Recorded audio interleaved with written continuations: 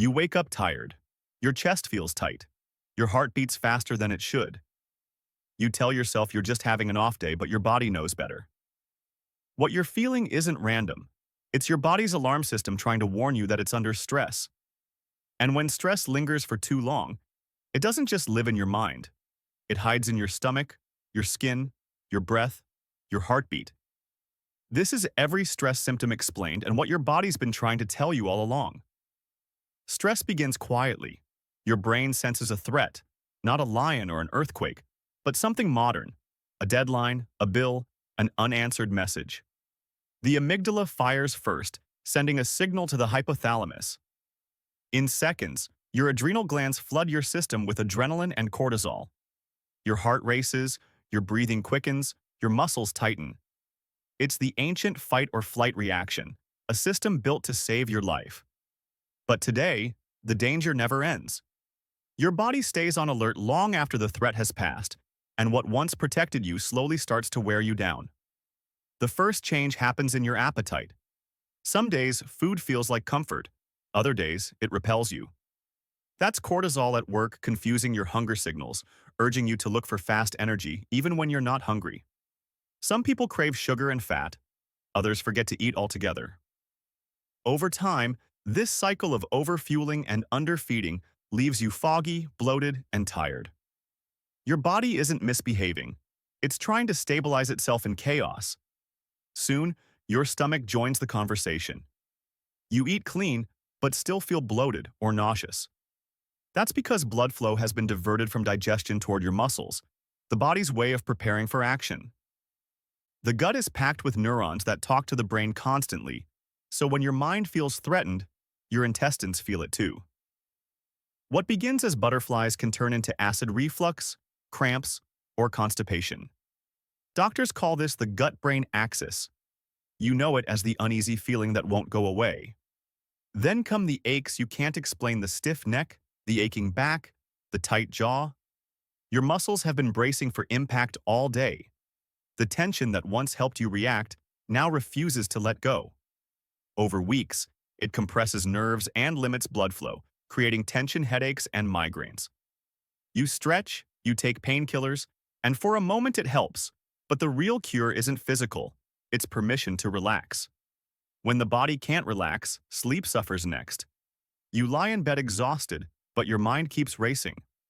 Cortisol, which should fall at night, stays high instead, convincing your body it's not safe to rest. And when sleep disappears, so does healing. Your immune system weakens, memory falters, and even simple decisions feel heavy. You start each day already behind. Your breathing changes too. You catch yourself sighing or taking shallow breaths without noticing. That's the sympathetic nervous system tightening your chest, readying you for fight or flight. For people with asthma or anxiety, it can trigger real shortness of breath. Even for healthy lungs, constant shallow breathing keeps the alarm system on.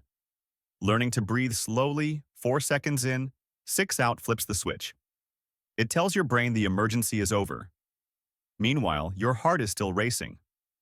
Adrenaline forces it to beat faster and harder, raising blood pressure and keeping the vessels constricted. At first, you just feel a flutter. Later, it becomes fatigue, dizziness, even chest pain.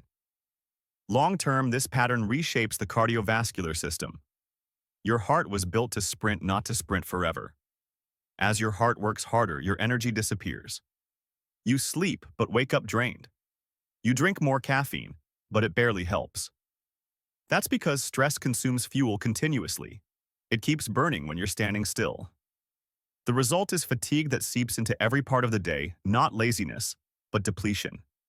This is burnout, the body's way of saying, I can't keep running like this. Soon, stress begins to show on the surface. Your skin breaks out, your hair thins or grays faster. Small wounds take longer to heal. Cortisol slows collagen repair and weakens your immune system, leaving you vulnerable to infections and colds. Even your reflection begins to echo the exhaustion underneath. It's not vanity, it's biology made visible. But the most powerful effects are the ones no one else can see. Your mood changes. First, irritation that turns to anxiety, frustration that slips into sadness. Chronic stress reshapes your brain itself. The amygdala, your emotional alarm, grows more reactive, while the prefrontal cortex, the part that calms you, goes quiet. That's why small problems suddenly feel overwhelming, why joy feels distant. This isn't weakness, it's your brain stuck in survival mode. And to survive, you start coping the only way you know how with distraction. Another cup of coffee, another hour scrolling, maybe a drink to relax. But these are temporary escapes, not recovery. They quiet the noise for a moment, but make it louder later. Real relief happens when you move, talk, or rest with intention, when you let the body process what the mind can't. Even your hormones adjust to the pressure. For women, cycles may shorten or stop. For men, testosterone and libido drop. When cortisol stays high, the body pauses reproduction to prioritize survival. It's a sign of overload, not failure. Once balance returns, the system restores itself naturally. Memory and focus begin to fade next. You forget names, misplace your keys, reread the same line again and again. High cortisol interferes with the hippocampus, the brain's memory center, blurring clarity. You're not losing intelligence, you're running out of bandwidth. Every one of these changes from your stomach to your heart to your thoughts is the same message spoken in different languages. Stress isn't random. It's your body asking for a break it hasn't been allowed to take. Not all stress is bad.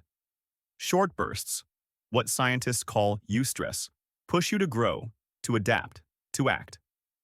But when the pressure never ends, it turns into distress, and distress becomes damage. The body wasn't made to live in alarm mode forever. You can't remove every source of stress, but you can teach your body to recover from it. Move every day, even briefly. Exercise burns excess adrenaline and calms the nervous system. Keep a regular sleep schedule so cortisol resets at night. Eat whole foods that nourish instead of numb. Limit screens and scrolling. Constant noise keeps your brain alert. And connect with people, with nature, with quiet.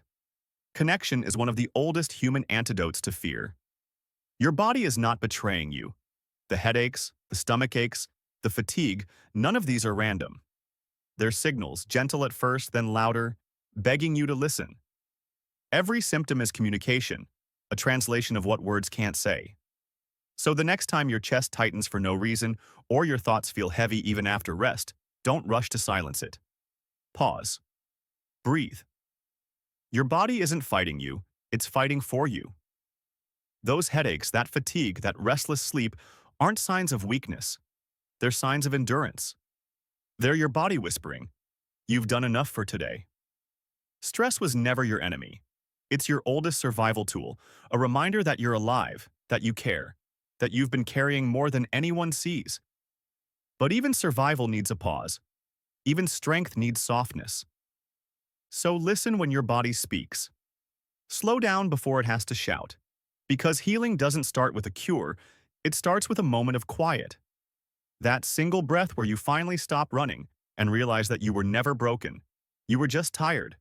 And now, it's time to rest. Thanks for watching. And if this inspired you, don't forget to like, share, and subscribe for more videos about the science of living well.